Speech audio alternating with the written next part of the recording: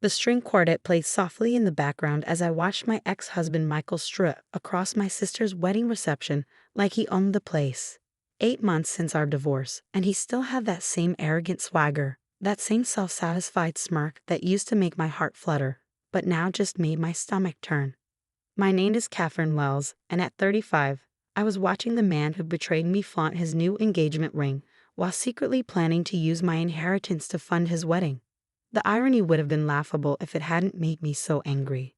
"You're staring," my sister Rachel whispered, appearing beside me in her wedding dress. "Don't let him ruin my day." I forced a smile. "Sorry, I just can't believe you invited him," Mom insisted. "You know how she is about keeping up appearances." Rachel squeezed my hand. "But seriously, what's going on?" "You've got that look." That look. The one I'd worn when I discovered Michael's affair with Jessica, his much younger assistant. The one that meant I knew something others didn't. "He thinks he's clever," I said quietly, watching Michael pour champagne for Jessica, who was practically draped over him. "He thinks he's won." 2 weeks ago, I'd received a call from my bank about suspicious activity on the account holding my inheritance from Grandma Rose. The beach house in Martha's Vineyard had been in our family for generations, and when Grandma passed last year, she left it to me along with a significant sum to maintain it. The banker's voice had been concerned. "Mrs. Wells, someone attempted to access the property's equity line of credit. We blocked it since you're the sole owner, but I thought you should know." I knew immediately who was behind it. Michael had always coveted that house, always talked about what he'd do with it if it were his. During our marriage, he tried repeatedly to convince me to add his name to the deed. "It's just practical," he'd say. "What if something happens to you?" But Grandma Rose had been explicit in her will. The house was mine alone, never to be included in any marital assets. She'd seen something in Michael that I'd been too blind to notice. Now, watching him whisper something in Jessica's ear that made her giggle, I thought about the documentation I'd gathered. The traced attempts to access my accounts. The forged signatures. The emails I'd recovered showing his plans to use my inheritance to fund his dream wedding to Jessica. He thought he was being subtle. But subtlety had never been Michael's strong suit. That's how I'd caught him with Jessica in the first place. Lipstick on his collar like some cliché from a bad movie. "Katie." His voice boomed across the reception hall, making me wince. Only he had ever called me Katie, even after I'd asked him not to. "Come meet some people." I plastered on my best society smile and walked over. Michael stood with Jessica and an older couple I didn't recognize. "Mr. and Mrs. Davidson, this is my ex-wife, Katie," he said, emphasizing the X with obvious satisfaction. "She's the bride's sister." "Lovely to meet you," Mrs. Davidson said, though her eyes held that mixture of pity and curiosity that divorced women often face at social events. "Katie here just inherited a beautiful beach house," Michael continued, his voice dripping with false casualness. "Perfect for a summer wedding, wouldn't you say, Jess?" Jessica giggled, flashing her enormous engagement ring. "Oh, honey, are you thinking what I'm thinking?" I took a slow sip of champagne, watching them perform their little show. They thought they were being clever, dropping hints about their plans for my property. If only they knew. "Actually," I said sweetly, "I've been meaning to talk to you about the house, Michael. Perhaps we could step outside for a moment?" His smile faltered slightly, but he followed me to the terrace. The October air was crisp, carrying the scent of fallen leaves and impending winter. "What's this about?" he asked, his tone less confident now that we were alone. I pulled my phone from my clutch and pulled up the bank statement. "Would you like to explain why you tried to access my equity line of credit?" His face darkened. "Going through my private financial matters? That's low, Katie."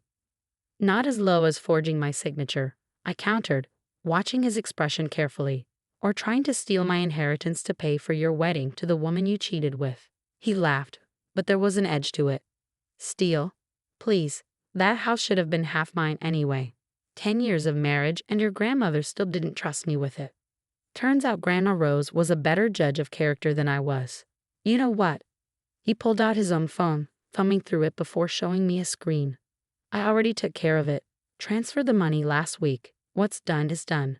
I stared at the bank statement he was showing me, my heart racing despite knowing what I did. The transfer was there, $250,000 moved from what appeared to be the house's equity account to his personal one. See, he smirked, pocketing his phone. The perfect amount for the perfect wedding. You should be happy for us, Katie. Jessica and I, we're soulmates. What we had, it was just practice. I took another sip of champagne, letting the moment stretch out. You really should have checked the property records more carefully, Michael. His smirk faltered. What are you talking about? That account you accessed? It's not connected to the house. It's an old joint account I kept active, knowing you'd try something like this. The house and its equity are in a completely separate trust, one you can't touch. The color drained from his face. You're lying. Am I? Check the county records. Better yet, check with your bank on Monday. That transfer you're so proud of? It's going to bounce. Hard. You set me up, he whispered, realization dawning. No, Michael, you set yourself up. I just made sure there was a record of it. You bitch, he hissed, stepping closer. You think you're so clever. Everything okay out here? Rachel's voice cut through the tension. She stood in the doorway, concern evident on her face. Perfect, I said, stepping away from Michael.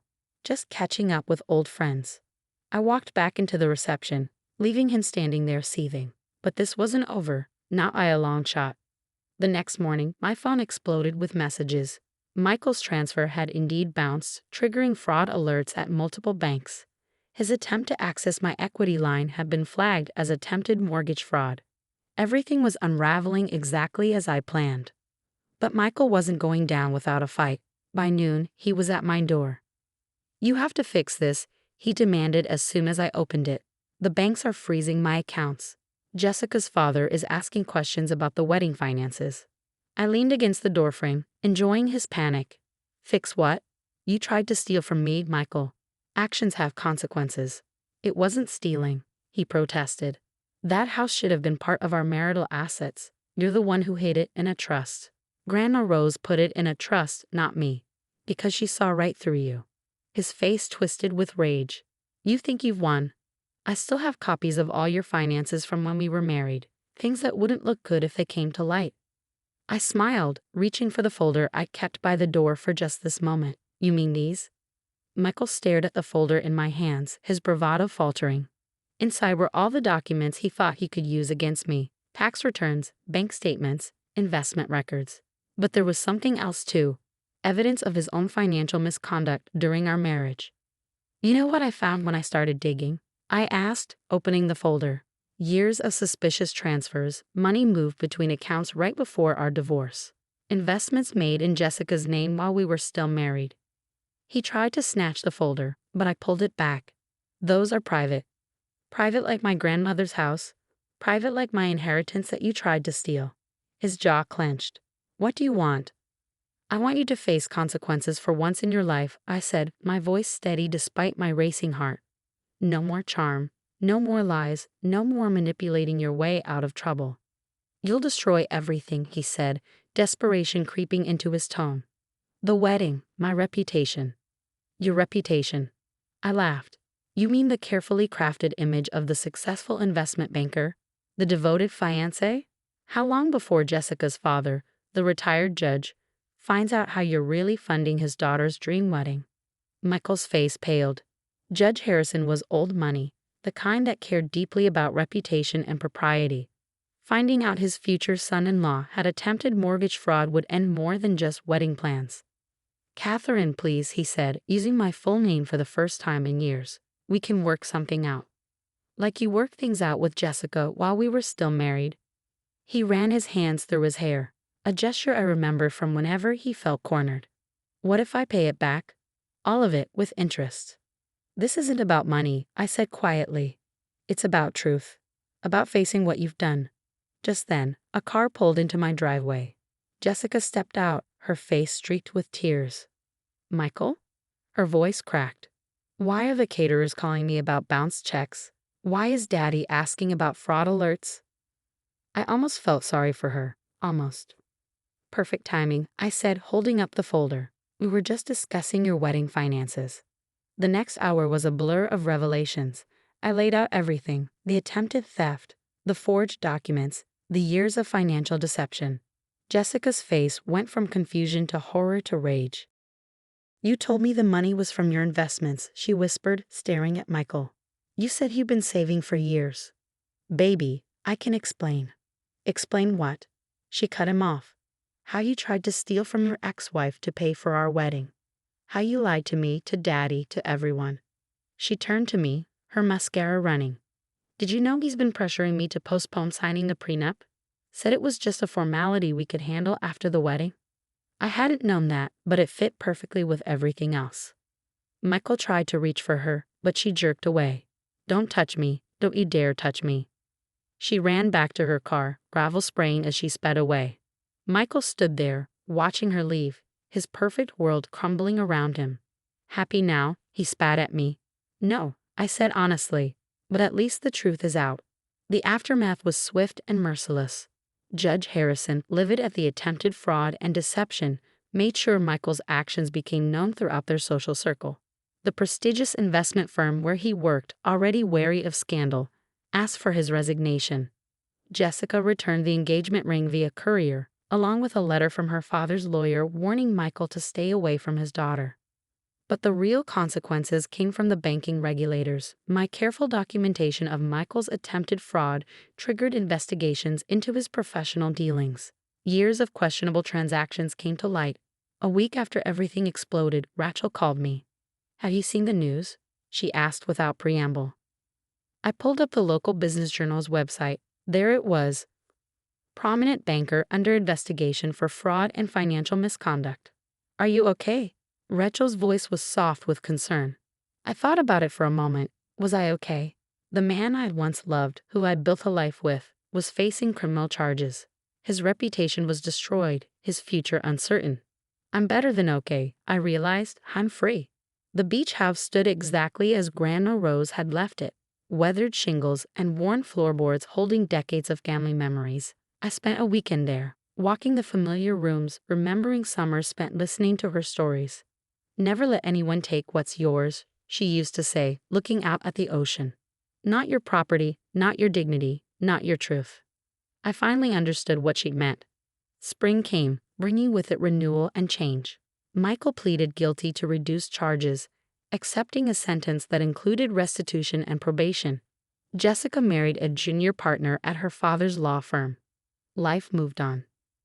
I hired contractors to restore the beach house, updating it while preserving its character.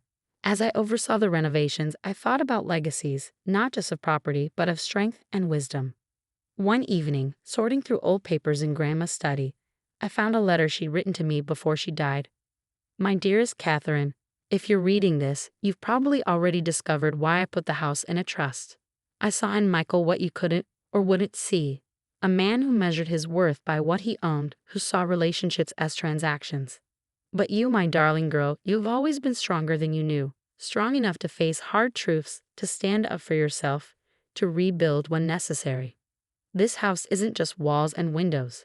It's proof that some things can't be bought or stolen. They have to be earned, cherished, protected. Take care of it and let it take care of you. All my love, Grandma Rose. I wiped away tears, folding the letter carefully. She had known, maybe not the specifics, but she had known what might come. That summer, I hosted a family reunion at the beach house. Rachel brought her new baby, cousins flew in from across the country, and for the first time in years, the old rooms rang with laughter and love. Standing on the porch watching the sunset, Rachel joined me with her sleeping daughter in her arms. You did the right thing, she said quietly, exposing Michael, protecting what's yours. Grandma would be proud. I smiled, thinking of the letter upstairs. She already was. The waves crashed against the shore, constant and unchanging. Like the truth, I thought. You can try to hide it, deny it, run from it, but eventually it finds its way to the surface. Michael had tried to take what wasn't his, thinking money and charm could buy anything. But some things, integrity, justice, self-respect, those have to be earned. And once you find them, you have to protect them, just like Grandma Rose protected this house for me. My phone buzzed. A text from my lawyer confirming the last of Michael's restitution payments had been processed. I deleted it without responding. That chapter was closed. The sun dipped below the horizon, painting the sky in shades of pink and gold. Inside, I could hear my family's voices, the next generation making memories in these old rooms. This was my inheritance, not just the house, but the strength to protect what matters, the wisdom to know what's truly valuable, the courage to stand up for what's right. And that, I realized, was worth more than anything Michael had ever tried to steal.